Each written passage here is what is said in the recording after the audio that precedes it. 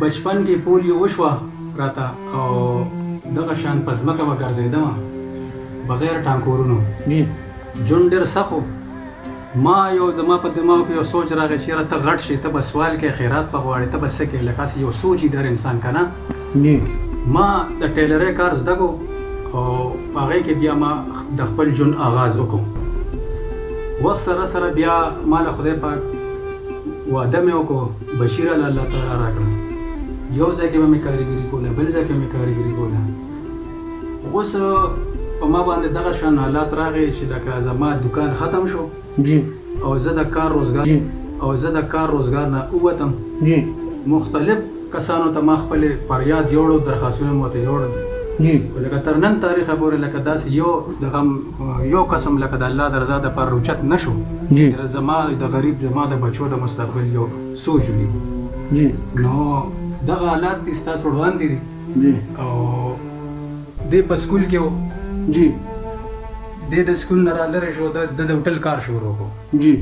د هغې نه بیا راووته زما ډم غواړي چې دا بچي مې په معاشره کې د عزت وخت تیر کړي دي تعلیمونه حاصل کړي او د ملک او قوم په کار راشي او د خپلې فیملۍ په کار راشي. نو زه دا ویل غواړم اکو سرکاري ادارې دي اکو عام خلک دی څومره چې زموږ د ټایم کې ما خلک ویني هغې ته څه یو دا اپیل کوم پر زور چې د معاشرې نه مې ډېر نه خو لږ بوج کم کړی دی خپل محنت کوم خپله مزدوري کوم خو چونکې دې ټایم کې لکه زما هر څه ختم شوي دي او ما ته د دې امداد او دغه ډېر سخت ضرورت دی. نو مهرباني دا خلکو کې دا پروګرام دی وګوري او په دې دغه باندې لکه د الله د رضا دپاره دی کوم د سپورټ راکړي چې موږ هم دغه شان یو دکان یو قسم د کاروبار شروع کړو او په د عزت وخت تېرولو لکه خدای پاک یو موقع بیا راله راکړي. عبدالله سکول دی ولې پرېښود وجه څه وه؟ پلار مې معذوره و نظري کار نه کوي نور کار نه شو کولی. نو ما به کار کوو 150 روپۍ باندې به کار نه کېږي.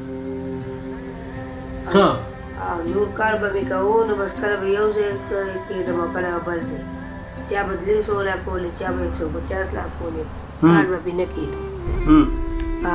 ما خپل پلار ته وویل که نه کېږي دا کار بل به مې سړي سره کار کوم خو اوس نه کوم. اوس کار یو ټایم کوم او بل ټایم چا ټایم کار وګوره هغه نه ګورم پرېښودی دی به سکول شروع کړي نو دی هم شروع شو بل به هم شروع زه به ټولو کتونکو ته دا پیغام ورکړم چې څومره یوازې زه نه هر معذوره کم چې تاسو د الله سره ښی سوال مې پیشه نه ده لاس نیول مې چاته عادت نه دی. زه د هغې وروڼو نه یو خپل مدد غواړم کم چې نیک خیالات ساتي کم چې د داسې غریبانانو په جونګړو باندې رحم کوي او کم چې د دې ماشومانو د مستقبل او د دې لکه خیال وساتلی شي.